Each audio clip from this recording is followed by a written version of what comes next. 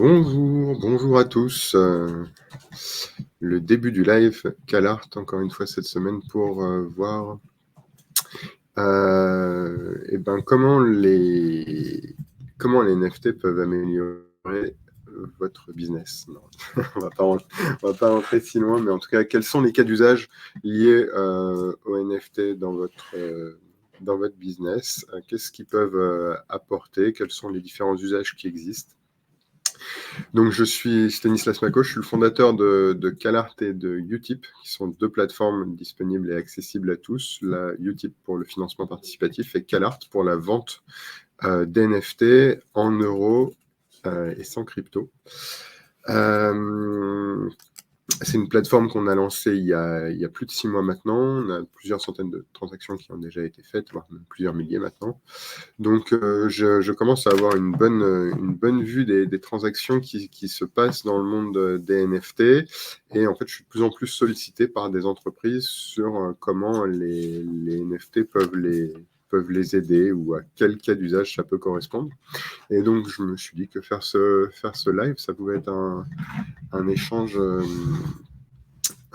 intéressant. Après, à voir au fur et à mesure du temps les questions que vous avez. N'hésitez pas à présenter un peu votre métier, ce que vous faites, et on peut réfléchir ensemble, en fait, comment ça peut s'adapter. La semaine dernière, par exemple, on avait eu le cas de Rodin, qui était un Chief Digital Officer, je crois, ou quelque chose comme ça. En tout cas, il travaille à la stratégie digitale des petits frères des pauvres, une association caritative. Et il avait plusieurs questions sur comment pouvait interagir dans le financement de son association. On avait vu avec lui que notamment, on pouvait faire par exemple des campagnes de financement autour de dons d'œuvres à l'association, et que l'association pouvait revendre ensuite les NFT des œuvres, ou carrément des artistes peuvent faire des œuvres et les vendre au profit de l'association en NFT. Parce que l'idée quand même, en fait, pour revenir un peu sur les NFT, c'est qu'à partir du moment où on a un contenu numérique, sans les NFT, on ne pouvait pas en faire grand-chose, si ce n'est le copier-coller, il n'avait pas forcément beaucoup de valeur.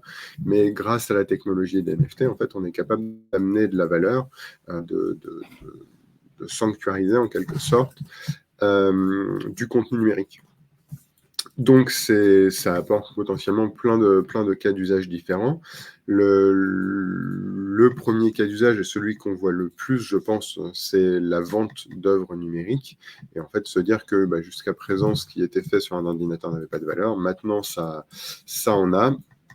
Donc, par exemple, un artiste qui fait une œuvre, qui crée du contenu sur son ordinateur, qui crée des vidéos s'il est youtubeur ou ce genre de choses, en fait, il peut aussi vendre ce contenu comme n'importe quel artiste, et du coup tirer des revenus de sa vente.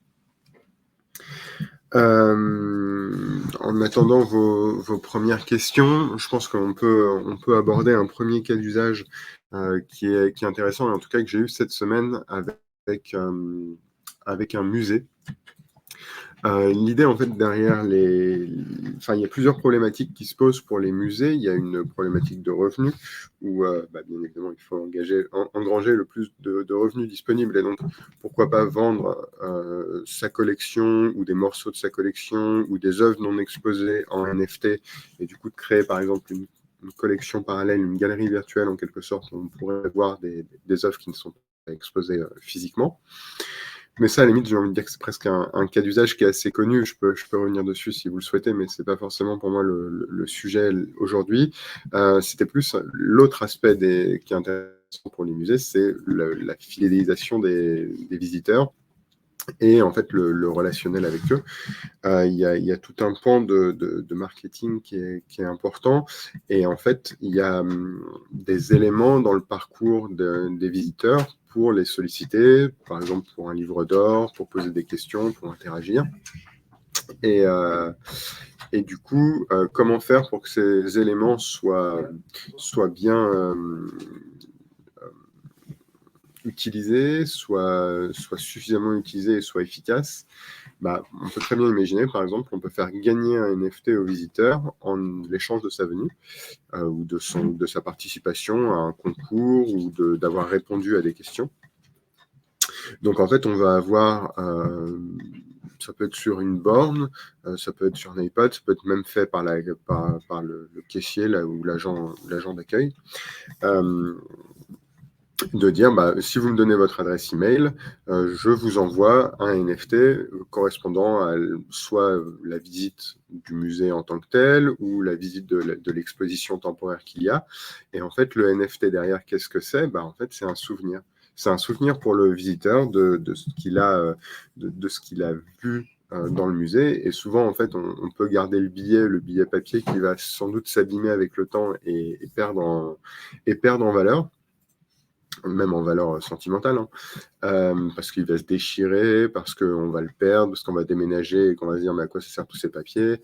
Et en fait, avoir le NFT, le stocker dans un endroit, là en l'occurrence sur la blockchain, mais surtout dans un endroit virtuel, ça permet de stocker en quelque sorte le souvenir qu'on a de la visite qu'on a faite.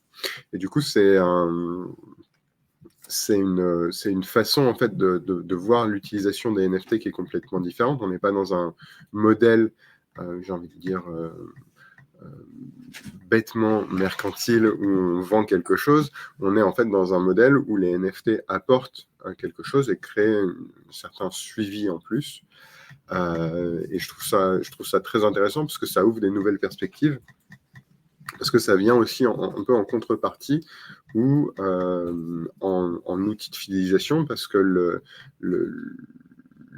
visiteur pourra se rappeler de son moment à chaque fois qu'il ouvrira son portefeuille électronique où il verra tous ses souvenirs.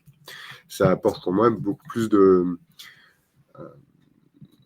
Ça apporte vraiment une toute autre valeur, et en plus ça sert aussi des arguments presque, j'ai envie de dire, écologiques pour le coup, parce qu'on est toujours en train de se dire quels goodies je vais fournir, ou qu'est-ce que je vais bien pouvoir donner à mes visiteurs.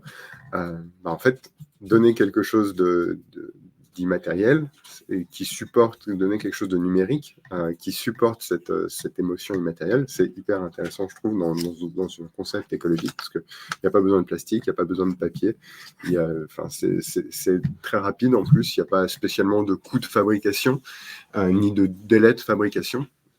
Ce qui est un problème aussi qu'on peut retrouver facilement dans les logiques de goodies. Donc voilà. Et en plus, ça peut se renouveler avec le temps, très facilement, parce que en fonction de l'exposition, on peut changer l'image, ça peut être une vidéo, ça peut être un GIF, ça peut être de la musique, ça peut être même un combiné de tout ça. Donc le type de création qu'on va transmettre aussi peut être très varié et très différent. Et donc en plus, ça permet de bien se différencier d'un autre musée, parce que c'est pas simplement l'image du musée, c'est beaucoup plus ce qu'on peut proposer au sein de ce NFT, sans que le coût de production soit pour autant très élevé. Ça peut être une succession d'images dans un GIF, ou avec les pièces maîtresses de la collection, ou ce genre de choses. Un autre point aussi que je pense qui est intéressant à dématérialiser en NFT pour les musées, c'est le catalogue du musée. En fait, je pense que beaucoup de gens n'achètent pas forcément le catalogue de l'exposition, notamment parce qu'ils ne savent pas forcément quel en sera l'aboutissement. En général, comme même on va l'acheter, on va surtout l'acheter pour le souvenir, et plus que pour réellement le consulter tous les jours. Et en fait, ce catalogue est coûteux, non seulement à créer et à fabriquer, mais il est coûteux aussi dans le temps, après, en termes de stockage pour l'acheteur. On peut imaginer aussi vendre le catalogue en NFT et du coup dématérialiser cette relation. Du coup, il y a une première question. Ah non, ok, pardon. Et donc voilà, c'est pour moi des cas d'usage qui sont intéressants dans les NFT, parce que c'est pas forcément ceux qui viennent naturellement à l'esprit quand on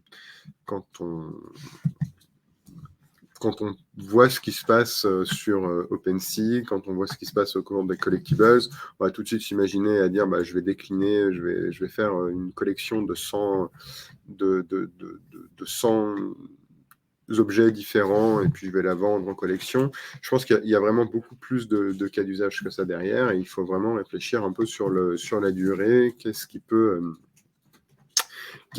peut apporter quelque chose ou remplacer quelque chose dans l'existant à moindre coût. Parce que l'idée derrière les NFT, c'est qu'en fait leur coût est très faible sur tous les plans et pourtant ça apporte le même service aux utilisateurs. Donc voilà, comme on disait dans le chat, n'hésitez pas à interagir, n'hésitez pas à poser des questions, même des questions sur qu'est-ce qu'un NFT, qu'est-ce qu'une blockchain, ce genre de choses. Je suis à même d'y répondre au fur et à mesure du temps. Si vous regardez ce live en rediffusion, vous pouvez toujours commenter. Je verrai les commentaires plus tard. Sinon, vous pouvez interagir avec nous sur les réseaux sociaux. On est sur Twitter, Instagram, LinkedIn. N'hésitez pas à m'ajouter. Je peux répondre à vos questions sur la durée. Et de toute façon, si vous voulez participer, je referai ce live, ce format de live la semaine prochaine. L'idée, en fait, c'est que toutes les semaines, on ait ce moment un peu d'échange et qu'on en profite pour voir quels sont les différents cas d'usage. Et moi, je pourrais vous faire part des cas d'usage aussi que je rencontre au fur et à mesure de la semaine. Parce que tout le monde n'attend pas le mercredi à 11h pour poser ses questions. Donc, voilà, par exemple, l'idée des musées est un point que j'ai vu. Un deuxième point que j'ai vu cette semaine qui était pour moi aussi très intéressant, c'est un peu utiliser les NFT dans un concept de crowdfunding, un peu de prévente en quelque sorte. En fait, derrière le crowdfunding, cette idée de financement participatif, c'est souvent de dire que la communauté va avancer l'argent d'une certaine manière à un individu, un organisme, pour le financer pour son projet, pour la réalisation du projet. Et donc, le projet, à terme, peut potentiellement bénéficier à la communauté, mais l'idée, en fait, de la prévente et du crowdfunding, ça va être de dire, en fait, je vais acheter potentiellement quelque chose qui est pour l'instant numérique et qui va devenir physique à terme. Ça peut être l'idée dans le monde de l'édition, par exemple, dans le monde du livre, on pourrait très bien dire, j'ai mon PDF qui est prêt, mais je veux l'imprimer, je veux le faire éditer, je veux rentrer dans un processus de création d'un livre qui est complexe, où je veux pouvoir avoir des illustrations dedans et je vais devoir avancer de l'argent pour payer un illustrateur ou ce genre de choses.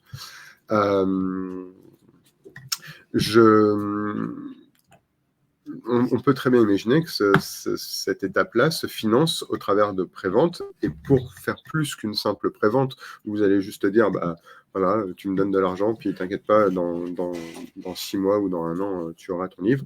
En fait, on peut accompagner cette prévente d'un NFT qui sera le support, par exemple, d'un PDF.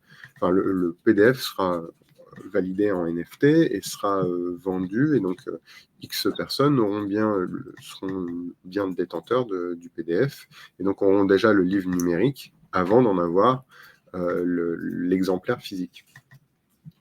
On a aussi des modes de crowdfunding qui sont plus, on va dire, moins tangibles, mais ça peut être très bien l'idée d'aller financer par exemple une exposition d'un artiste.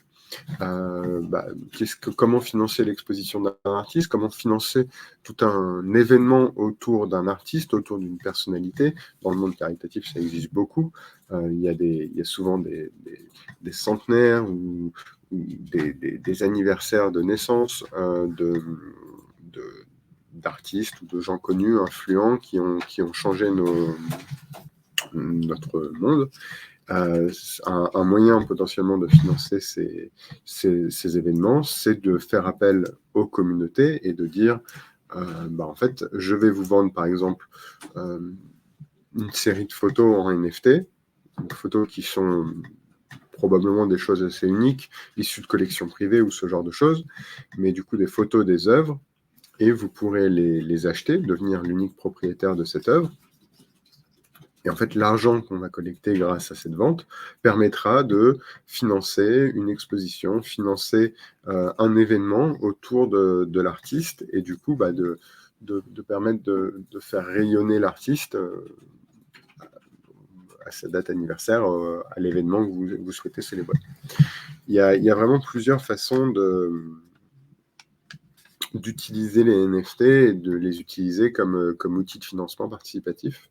Dans le cadre des préventes, je reviens au sujet précédent, il y a l'idée que on va pouvoir avoir une vraie contrepartie tangible dans l'échange. C'est-à-dire que, imaginons, vous faites une prévente d'un, je sais pas moi, je regarde autour de moi, du coup, d'une étagère. Vous avez inventé une super étagère, mais il va falloir financer des outils de production, il va falloir financer énormément de choses pour pouvoir réaliser cette étagère. Vous faites appel, du coup, du financement participatif pour dire, voilà, si vous voulez acheter mon étagère, je vous la livre dans 6 mois, mais ça va vous coûter moins cher et vous aurez votre étagère dans 6 mois. Et moi, avec l'argent que je vais avoir encaissé, ça me permettra de financer mes outils de production. L'idée, en fait, derrière, c'est que les gens qui vont avoir financé votre campagne vont avoir le NFT. Et si, par exemple, il y a des gens qui sont intéressés en cours de production de votre étagère pour avoir cette étagère, mais qu'elle n'est pas encore vendue, quelqu'un qui a le NFT du financement participatif pourrait revendre le NFT à quelqu'un d'autre et en fait dire, moi j'ai plus besoin de l'étagère, mais j'ai trouvé quelqu'un qui en aura besoin. Et donc en fait le NFT devient vraiment le support, la forme de ticket qui va supporter le fait que celui qui a le NFT au bout des 6 mois pourra avoir l'étagère chez lui. Ce qui est intéressant, on pourrait se dire que ce qui est gênant là-dedans, c'est que du coup, celui qui a acheté la prévente va gagner de l'argent, parce que s'il revend, il ne revend pas forcément au même prix. Il peut se dire, moi, je vais revendre, au lieu de la revendre 100 euros, je vais la revendre 120 euros. Et qu'est-ce qui se passe pour les 20 euros? C'est l'acheteur de la prévente qui gagne de l'argent et le créateur derrière, lui, ne gagne rien. En fait, ce qui pourrait être un peu un problème, mais dans les NFT, dans le fonctionnement de la blockchain, il y a quelque chose qui est très ancré, c'est le phénomène de droit de suite. Et comme tout est tracé numériquement, on est capable de dire qu'en fait, il y a une transaction, et quand il y a une transaction, on rémunère le créateur.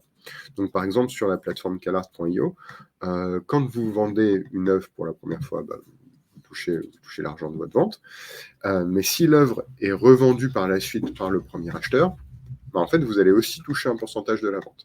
Vous allez toucher 10% du montant de la 10% du montant de la transaction vont revenir en fait à vous en tant que créateur d'œuvre.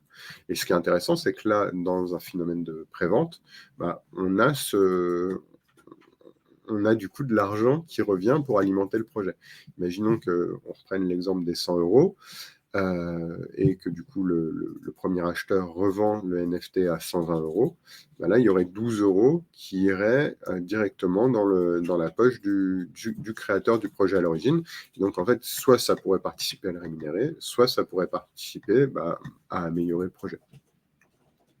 Donc il y a vraiment différents aspects qui peuvent être pertinents dans l'usage des NFT. Vraiment plusieurs cas d'usage. Et du coup, une question de Robin. Dans l'un de tes posts, tu parlais de programmes d'affiliation et ou de jeux concours. Comment faire l'un et l'autre par le biais des NFT pour une entreprise de e-commerce, par exemple? Je vais afficher la question. Du coup, en fait, le programme de fidélité, c'est avoir une carte. Et la carte peut être un NFT potentiellement, parce qu'aujourd'hui, pourquoi avoir une carte en plastique quand la plupart des relations qu'on a avec une marque sont numériques, et encore plus dans le cadre d'un simple e-commerce. Et l'idée, en fait, c'est qu'on peut très bien dématérialiser cette carte de fidélité et pour autant continuer de lui donner une existence unique à travers la technologie NFT. Donc l'idée en fait du programme de fidélité, c'est de dématérialiser la carte de fidélité et d'en faire devenir un NFT, et en plus ça aura potentiellement aussi plus de valeur, notamment émotionnelle, parce que l'image du NFT peut être personnalisée bien plus qu'une carte de fidélité. En termes de jeu concours, c'est un peu ce que j'évoquais au début du live. Ça peut être le NFT peut être un des gains du jeu concours. Et en fait, aujourd'hui, il y a beaucoup de marques qui ont des problèmes pour créer des jeux concours parce que ça va avoir un coût in fine qui peut être important. Alors que la plupart des gens en fait jouent à un jeu concours juste par.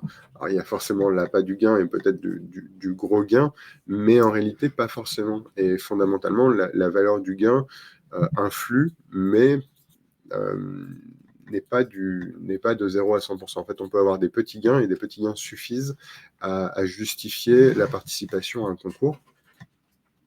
Donc les NFT peuvent être une très bonne façon de rentrer dans le concours et dans la création d'un concours assez facile, parce qu'en plus, vous allez pouvoir aussi jouer sur la rareté des prix qui vont être issus de ce concours. Vous pouvez très bien faire gagner 100 NFT, on va dire du coup, qu'on va trouver peu originaux, mais aussi un seul NFT qui, lui, peut en plus ouvrir un droit.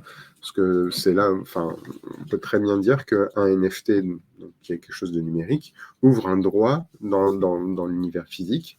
Et si on dit, par exemple, je sais pas moi, si vous êtes possesseur du NFT or, vous avez le droit de rentrer au musée gratuitement. Vous présentez le NFT et ça sert de ticket d'entrée. Ça peut être une façon d'animer et de rendre le jeu concours intéressant, tout en ayant une part d'aléatoire et en permettant de stimuler du coup les échanges avec, là en l'occurrence les visiteurs, mais d'une manière plus générale la communauté. Voilà.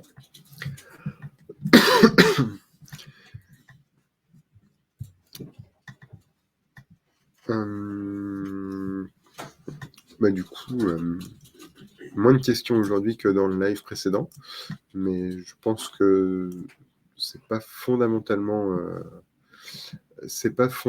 gênant, parce que je vais vraiment essayer aussi de créer l'événement au fur et à mesure du temps, et je pense que vous faire part un peu comme ça de mes retours d'expérience et de mes cas d'usage que je rencontre au cours de la semaine, au pire dans ce format, et après le rendre interactif si au fur et à mesure vous avez des questions, c'est pas plus mal.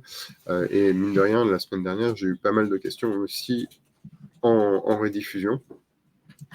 Donc n'hésitez pas. Je pense que je vais pas faire durer le live spécialement plus longtemps pour tirer la corde plus. On a déjà fait derrière 25 minutes. Donc, écoutez, je vais partir sur cette dernière question.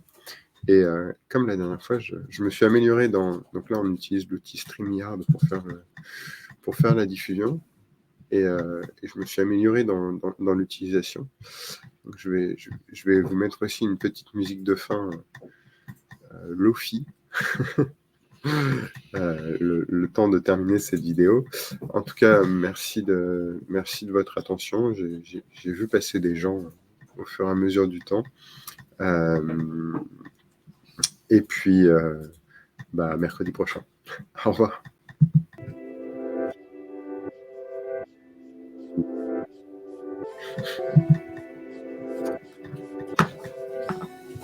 Au revoir.